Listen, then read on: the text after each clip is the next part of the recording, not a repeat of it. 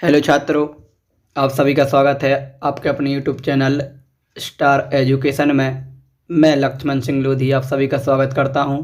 आपके लिए फिर से क्लास 12th की फिजिक्स की वीडियो लेकर आया हूं। आज की वीडियो में हम हमारे चैप्टर तरंग प्रकाशिकी के बारे में अध्ययन करेंगे। तो इस चैप्टर का हमने पार्ट 1 कंप्लीट कर लिया है, ये हमारा पार्ट 2 है। तो आइए चलते हैं वीडियो की ओर और देखते हैं आज का हमारा वीडियो। तो आज का हमारा क्वेश्चन नंबर फर्स्ट है कि हाइगन के तरंग सिद्धांत द्वारा प्रकाश के व्यतिकरण की व्याख्या कीजिए। मतलब हाइगन नामक वैज्ञानिक ने एक तरंग सिद्धांत पर एक नियम दिया और किसकी व्याख्या की? व्यतिकरण की।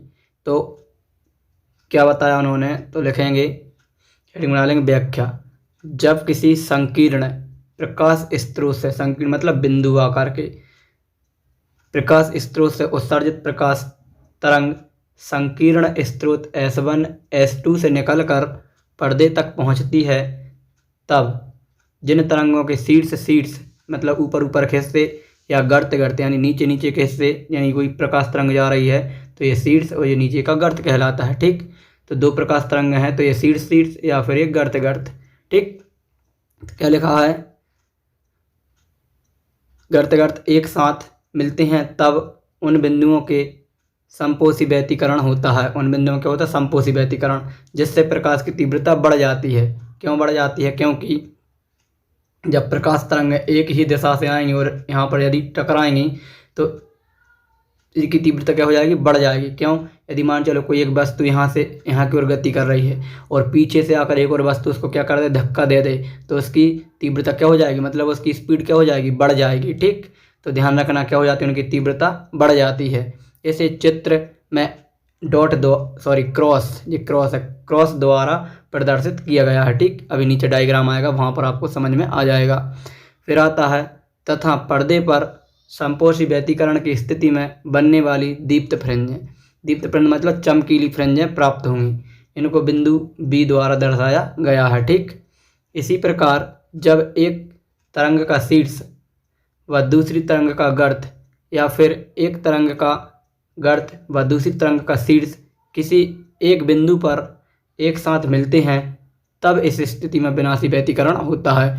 यानी क्या है? यदि एक तरंग का शीर्ष और दूसरी तरंग का गर्त या फिर दूसरी तरंग का गर्त और पहली तरंग का शीर्ष जब एक साथ मिलते हैं तो इनमें विनाशी व्यतिकरण मतलब विनाश हो जाता है और इसमें प्रकाश की तीव्रता क्या हो जाती है? घट जाती है। क्यों? क्योंकि एक वस्तु यदि यहाँ से आ रही है और एक वस्तु यदि यहाँ से आ रही है, जब दोनों टकराएंगी तो उनकी स्पीड कम हो जाएगी।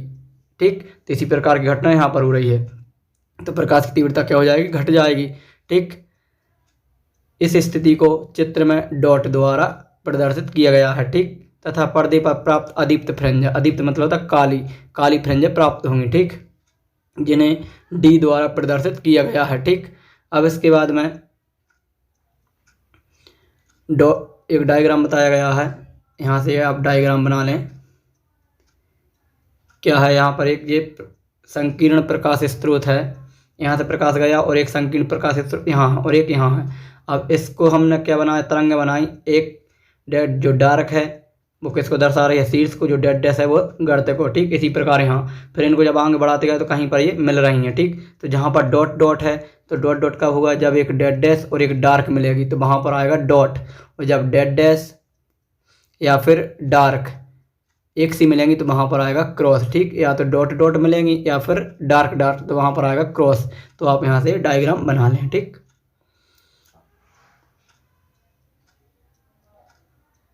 फिर इसके बाद में क्वेश्चन नेक्स्ट आता है हमारा, प्रकाश का विवर्तन क्या है? समझाइए तथा इसके प्रकार लिखिए। प्रकाश का विवर्तन। ठीक, तो हेडिंग बना लेंगे प्रकाश का विवर्तन। तो प्रकाश का विवर्तन क्या होता है? तो जब प्रकाश किसी संकीर्ण छड़ से होकर जाता है या नुकीले सिरे पर आपतित होता है, तब प्रकाश के संकीर्ण छड़ के किनारों या नुकीले सिरों से मुड़ने की घटना को प्रकाश का विवर्तन कहते हैं। या दूसरे शब्दों में कहा जाए तो प्रकाश तरंगों का किसी नुकीले सिरे से मुड़ना क्या कहलाता है, प्रकाश का विवर्तन। यदि यहाँ से कोई प्रकाश जा रहा है और यहाँ पर एक वस्तु रखी है, इस पर जैसे प्रकाश आपतित होगा तो वो क्या हो जाएगा, मुड़ जाएगा, अपनी दिशा भटक जाएगा, इधर उधर हो जाएगा, ठीक। तो वही क्या कहलाता है, प्रकाश का विवर्तन। अथवा करके बताया गया है कि प्रकाश का किसी नुकीले सिरे वाले अवरोध की घटना, क्या लिखा है, प्रकाश का किसी नुकीले सिरे वाले अवरोध की ज्यामितीय छाया में अतिक्रमण की घटना को प्रकाश का विवर्तन कहते हैं, ठीक। अब ज्यामितीय छाया क्या है, नीचे बताई गई है, ठीक। तो ज्यामितीय छाया बोल सकते हैं अंधेरी वाली छाया, ठीक, जहाँ पर अंधेरा रहता है, ठीक। जैसा चित्र में दर्शाया गया है, जब प्रकाश किसी संकीर्ण झिर्री से होकर जाता है, किससे, झिर्री से, ठीक, तब वह ज्यामितीय छाया में बिंदु P1 से नीचे Q तक दिखाई देता है, ठीक। बिंदु P1 से बिंदु P तक नीचे दिखाई देता है ज्यामितीय छाया में, यहाँ पर P कर लेना, ठीक। और P से Q तक दिखाई देता है प्रकाशिक छाया, फिर Q से Q डैश तक दिखाई देता है ज्यामितीय छाया, ठीक, जैसा कि आपको डायग्राम में दिख रहा है, ठीक। फिर इसके बाद में अभी हमने झिर्री से प्रकाश का विवर्तन समझा है, अब हम छड़ द्वारा समझेंगे। तो लिखा है, इसी प्रकार चित्र में दर्शाया गया है कि जब प्रकाश किसी नुकीले सिरे वाले अवरोध पर आपतित होता है, तब पर्दे पर बिंदु P से Q तक ज्यामितीय छाया व P से ऊपर और Q से नीचे प्रकाशिक छाया दिखाई देती है, ठीक, जैसा कि यहाँ पर आपको डायग्राम में दिख रहा है। यहाँ पर प्रकाश स्रोत रखा है, यहाँ पर एक हमने छड़ रख दी, तो आप भी प्रैक्टिकल करके देख सकते हैं कि इसके पीछे जितना ही भाग होगा वहाँ पर क्या होगा, अंधेरा, लेकिन इसके ऊपर साइड और इसके नीचे साइड क्या होगा, प्रकाश होगा। तो ये अंधेरे वाले भाग को क्या कर रहे हैं, ज्यामितीय छाया, और यहाँ पर प्रकाश पड़ रहा है उसे बोल रहा है प्रकाशिक छाया, ठीक। तो ये दो उदाहरण यहाँ से बताए गए हैं, ठीक। फिर इसके बाद आता है विवर्तन के प्रकार। तो विवर्तन मुख्य रूप से दो प्रकार का होता है। कितने प्रकार का, दो। एक होता है फ्रेनेल विवर्तन। तो क्या है, जब प्रकाश स्रोत व पर्दा अवरोध से सीमित दूरी पर रखे हों, क्या रखे हों, सीमित दूरी पर, ठीक। जैसे यहाँ पर अवरोध है, यहाँ पर पर्दा और यहाँ पर प्रकाश स्रोत, यानी इनकी दूरी निश्चित है, तब इस घटना को प्रकाश का फ्रेनेल विवर्तन कहते हैं। इस घटना में किसी भी लेंस की आवश्यकता नहीं होती, ठीक। व इस विवर्तन में वृत्तीय, गोलाकार व बेलनाकार तरंगाग्र बनते हैं, ठीक। ये आप याद रखना, ऑब्जेक्ट में पूछ लिए जाते हैं कि फ्रेनेल में कौन सा तरंगाग्र प्राप्त होता है, तो गोलाकार और बेलनाकार। और इसमें कौन सी लेंस की आवश्यकता होती है, तो इसमें किसी भी लेंस की आवश्यकता नहीं होती, ठीक। फिर आता है फ्राउनहोफर विवर्तन। क्या आता है, फ्राउनहोफर, फ्राउनहोफर, आप यहाँ सही लिख लेना, फ्राउनहोफर, ठीक।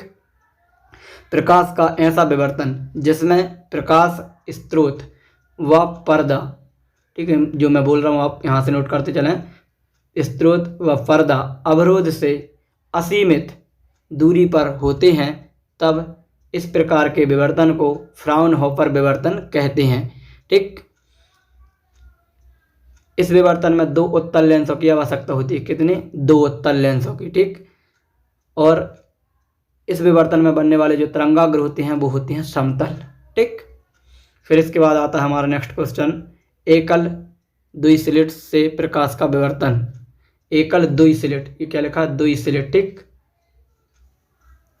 सॉरी एकल स्लिट, ही अभी क्या पर है, एकल स्लिट, द्वि स्लिट अभी नीचे मिलेगा, यह एकल स्लिट, एकल स्लिट से प्रकाश का विवर्तन। तो क्या है प्रकाश का विवर्तन, हेडिंग बना लेंगे, एकल स्लिट से प्रकाश का विवर्तन। तो जब दो नुकीले किनारों वाली प्लेटों को एक दूसरे के पास रखकर एकल स्लिट बनाई जाती है। क्या है, दो नुकीले सिरे वाली प्लेट ले लेंगे, जैसे कि ब्लेड है, ठीक, ब्लेड, उनको क्या करेंगे, जब पास में रखकर एक स्लिट बनाएंगे, तो जब किसी प्रकाश स्रोत को इनके बीच में से देखा जाता है, तब स्लिट अधिक चमकीली दिखाई देती है। कैसी दिखाई देती है, चमकीली, क्योंकि प्लेटों के किनारों से प्रकाश का क्या हो जाता है, विवर्तन हो जाता है, ठीक। इसलिए वह हमें कैसी दिखाई देती है, चमकीली। यहाँ से आप ये डायग्राम बना लें, ठीक। फिर इसके बाद आता है ऋजु कोश से प्रकाश का विवर्तन। ऋजु कोश से प्रकाश का विवर्तन को समझाइए। तो हेडिंग बना लेंगे, ऋजु कोश से प्रकाश का विवर्तन। ऋजु कोश यानी कोई अवरोध रहेगा रास्ते में, ठीक, प्रकाश के। तो जब किसी प्रकाश स्रोत के सामने कोई ऋजु कोश या नुकीले सिरे वाला कोई अवरोध रखा जाता है, तब प्रकाश का नुकीले सिरे से विवर्तन हो जाना ही क्या कहलाता है, ऋजु कोश विवर्तन कहलाता है, ठीक। इसके निम्न कारण आते हैं, जैसे कारण नंबर फर्स्ट लिखा है, कि बिंदु P पर, अभी नीचे डायग्राम में देखिएगा, बिंदु P पर पर्दे पर प्रकाश की तीव्रता सबसे अधिक प्राप्त होती है तथा बिंदु P से ऊपर की ओर बढ़ने पर प्रकाश की तीव्रता कम होती है, क्योंकि तरंगों का आयाम घटता जाता है। ठीक, फिर इसके बाद पॉइंट नंबर 2 आता है कि बिंदु P' से ऊपर प्रकाश की तीव्रता एक समान प्राप्त होती है। इस ऋजुकोष द्वारा प्रकाश के विवर्तन में प्रकाश अवरोध की ज्यामितीय छाया पर अतिक्रमण करता है। यहाँ पर जो प्रकाश स्रोत रखा है, यहाँ पर एक ये अवरोध रखा है, तो इसके सामने क्या होगा, ऋजुकोष से क्या करेंगे अपवर्तन, तो इसके सामने जहाँ पर प्रकाश पड़ रहा है, थोड़ा सा डायग्राम अवरोध थोड़ा नीचे आएगा, यहाँ पर इसके सामने प्रकाश की तीव्रता अधिक होगी, लेकिन जैसे जैसे ऊपर पड़ता देखते जाएंगे तो प्रकाश की तीव्रता क्या होती जाएगी, कम होती जाएगी। ठीक, क्योंकि आयामों की संख्या क्या होगी, कम होगी, तो प्रकाश की तीव्रता भी क्या होती जाएगी, कम होती जाएगी। ठीक, फिर इसके बाद आता है हमारा नेक्स्ट क्वेश्चन, प्रकाश का ध्रुवण। क्या, प्रकाश का ध्रुवण मोस्ट इंपॉर्टेंट क्वेश्चन है। प्रकाश का ध्रुवण क्या है, तो हेडिंग बना लेंगे प्रकाश का ध्रुवण।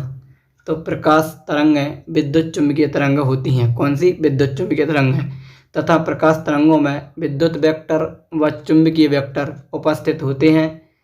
विद्युत वेक्टरों के कंपन तरंग संचरण के लंबवत, इसके तरंग संचरण के लंबवत दिशा में होते हैं।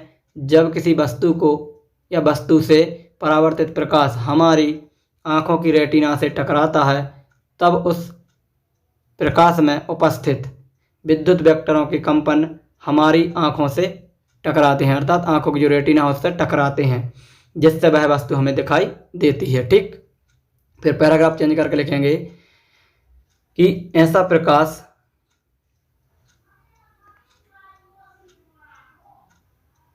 क्या लिखा है, ऐसा प्रकाश जिसमें विद्युत वेक्टरों के कंपन सभी दिशाओं में समान होते हैं, तब वह प्रकाश अध्रुवित प्रकाश कहलाता है। ठीक, ऐसा प्रकाश जिसमें विद्युत वेक्टरों के कंपन केवल एक ही दिशा में होते हैं समतल ध्रुवित प्रकाश कहलाता है।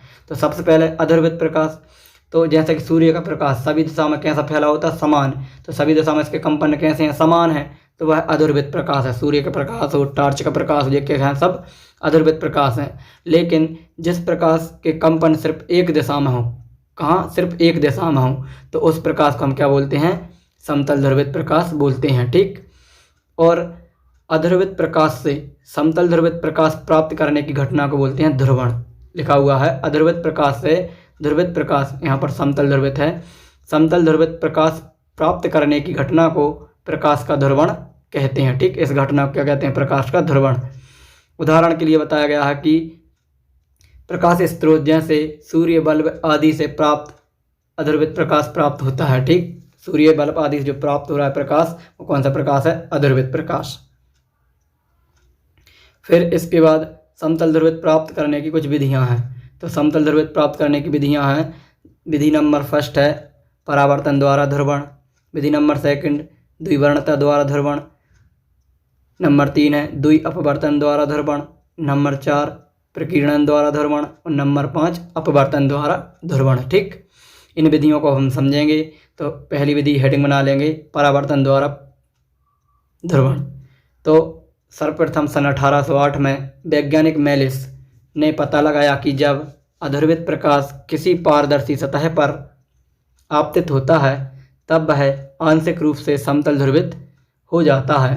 ठीक, फिर इसके बाद सन 1811 में वैज्ञानिक ब्रूस्टर आए और उन्होंने बताया कि जैसे जैसे इस स्थिति में आपतन कोण का मान, आपतन कोण मतलब जिस कोण से प्रकाश तरंग आपतित हो रही है, आपतन कोण का मान बढ़ाया जाता है, परावर्तित प्रकाश में ध्रुवण की मात्रा भी बढ़ती जाती है। मतलब जो प्रकाश लौट रहा है उसमें ध्रुवण की मात्रा भी क्या होती जाएगी, बढ़ती जाएगी। ठीक, बढ़ती जाती है तथा आपतन कोण के एक निश्चित मान पर परावर्तित प्रकाश किरण पूर्ण रूप से समतल ध्रुवित हो जाती है। तब आपतन कोण के इस मान को ध्रुवण कोण कहते हैं। यानी जिस कोण पर प्रकाश किरण पूर्ण रूप से समतल ध्रुवित हो जाती है वह ध्रुवण कोण कहलाता है। इसे IP से दर्शाते हैं। इसकी खोज ब्रूस्टर ने की थी, इसलिए इसे ब्रूस्टर कोण भी कहते हैं। फिर इसके बाद आता है एक और इसकी परिभाषा दी गई है ध्रुवण कोण की कि आपतन कोण का वह न्यूनतम मान जिस पर पारदर्शी सतह से, मतलब जिसमें आर पार प्रकाश जा सकता है, वो पारदर्शी सतह होती है, पारदर्शी सतह से परावर्तित प्रकाश किरण पूर्णतः समतल ध्रुवित हो जाती है, ध्रुवण कोण कहलाता है। ठीक, तो ये हमारा ध्रुवण कोण कंप्लीट होता है। फिर इसके बाद इसके आगे का